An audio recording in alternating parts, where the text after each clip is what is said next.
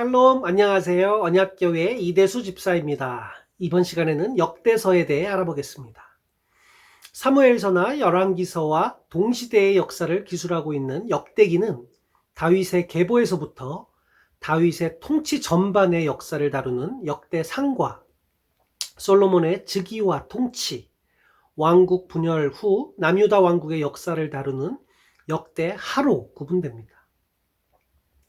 그러나 역대기가 사무엘서나 열왕기서와 차이점이 있다면 사무엘서나 열왕기서가 선지자적 관점에서 왕을 중심으로 한 이스라엘의 정치 역사를 기술하고 있는 반면에 역대기는 제사장적인 관점에서 예루살렘 성전을 중심으로 한 종교적 측면을 다루고 있다는 점입니다. 이러한 이유에서 특히 역대하는 멸망한 북왕국은 거의 언급하지 않지만 개혁 성향이 뛰어난 남유다 선왕들의 업적에 대해서는 많은 지면을 할애하고 있는 것을 보게 됩니다. 히브리 성경은 역대기를 상하 구분 없이 한 권으로 취급하면서 그 시대의 말씀들이란 뜻을 가진 디벨의 하야밈으로 불렀습니다. 곧 이스라엘의 역사 가운데 일어난 사건들을 기록한 책이라는 의미입니다. 이를 헬라어 역본인 70인역은 두 권으로 분리하여 파랄레이 포메논 알파, 파랄레이 포메논 베타라고 하였는데 그 뜻은 생략된 사건들이란 의미입니다. 즉 열왕기서에서 기술되지 않은 내용들이 추가로 기록되었다는 취지에서 이런 제목이 사용되어진 것으로 보입니다. 이후 라틴어 역본인 벌게잇 역시 72년의 제목을 그대로 사용하였고 훗날 종교개혁자인 마틴 루터는 벌게잇을 번역한 교부 제롬이 분서를 가리켜 거룩한 역사 전반에 걸친 연대기, 곧 크로티콘이라고 지칭한 데 착안하여 본서를 크로닉이라고 불렀는데 영어 성경의 크로니클스나 한글 성경의 역대기는 모두 여기서 유래되었습니다. 역대기는 전통적으로 학자요 서기관이며 제사장인 에스라에 의해 기록된 것으로 여겨지고 있습니다.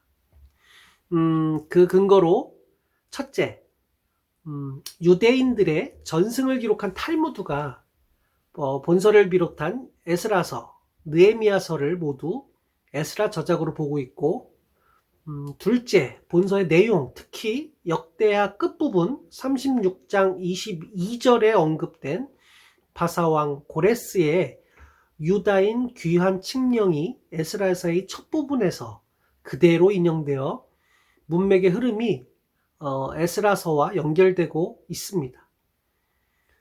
셋째, 용어나 문체가 에스라서와 매우 유사하고, 넷째, 성전 제사나 예배 절차 등이 꼼꼼하게 기록되어 있으며 족보나 통계 수치가 빈번하게 등장하며 정확하고 치밀하게 구성되어 있어 율법에 정통한 서기관이며 또한 제사장인 에스라의 작품일 가능성이 매우 높다는 점입니다. 기록 시기에 대해서는 크게 이견이 없는데 첫째, BC 538년경 바사왕 고레스의 유다인 귀환 칙령이 기록되었다는 점과 둘째, BC 537년경에 발생한 제1차 포로 귀환의 지도자 수룹바벨과 그 손자들인 블라다와 여사야의 이름이 언급되고 있다는 점, 그리고 셋째, 제2차 포로 귀환의 지도자 에스라의 활동 시기에 기록되었었다는 점 등으로 미루어 볼 때 역대기는 대략 BC 5세기 중엽, 즉 450년에서 400년경에 기록되었을 것으로 추정합니다. 지역적인 배경을 살펴보면 다윗을 중심으로 한 역사가 기술되는 역대상은 다윗의 행적과 관련된 지역들, 즉 헤브론이나 시글락, 예루살렘 등이 주요한 배경과 문제가 되고 있습니다. 또한 솔로몬과 남북 분열 기간 중 남유다 역사에 치중하는 역대하 역시 예루살렘과 남유다 왕국이 중심 무대입니다. 마지막으로 역대기에 나타난 하나님의 섭리를 묵상해 보도록 하겠습니다. 역대기는 전반에 걸쳐 다윗 언약이 그 중심에 있습니다. 하나님께 겸손히 순종하고 하나님의 언약을 기억하는 나라와 백성은 대대로 영원하며 형통하게 된다는 사실이 역대기 역사의 전면에 스며 있습니다.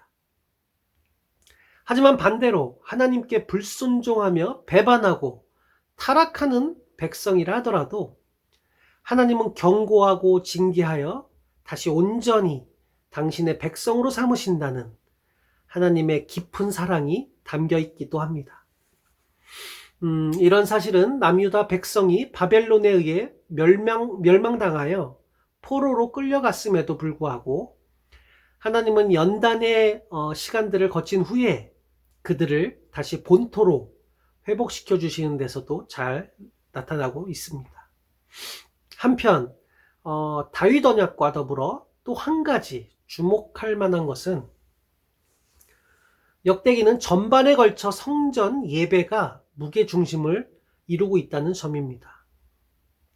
그런 맥락에서 성전을 더럽히는 자는 악한 왕이요, 더럽혀진 성전을 정결케 하고 성전 예배를 복원하는 자는 선한 왕으로 평가받게 되는데, 결국 예배를 통해 하나님과의 바른 관계를 갖는 것이 하나님의 백성에게 요구되는 제일되는 자세임을 교훈하는 데 본서에 초점이 있다 하겠습니다.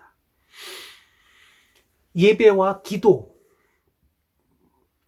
하나님과의 지속적이고 올바른 교제를 통해 우리는 하나님의 뜻을 더 잘 이해하고 그분이 원하시는 대로 살아드릴 수 있을 것입니다. 아침 큐티와 기도를 하지 않기를 다시 한번 다짐하게 되는 시간이었던 것 같습니다. 자, 오늘도 좋은 시간 되셨는지요? 다음 시간에 또 뵙겠습니다.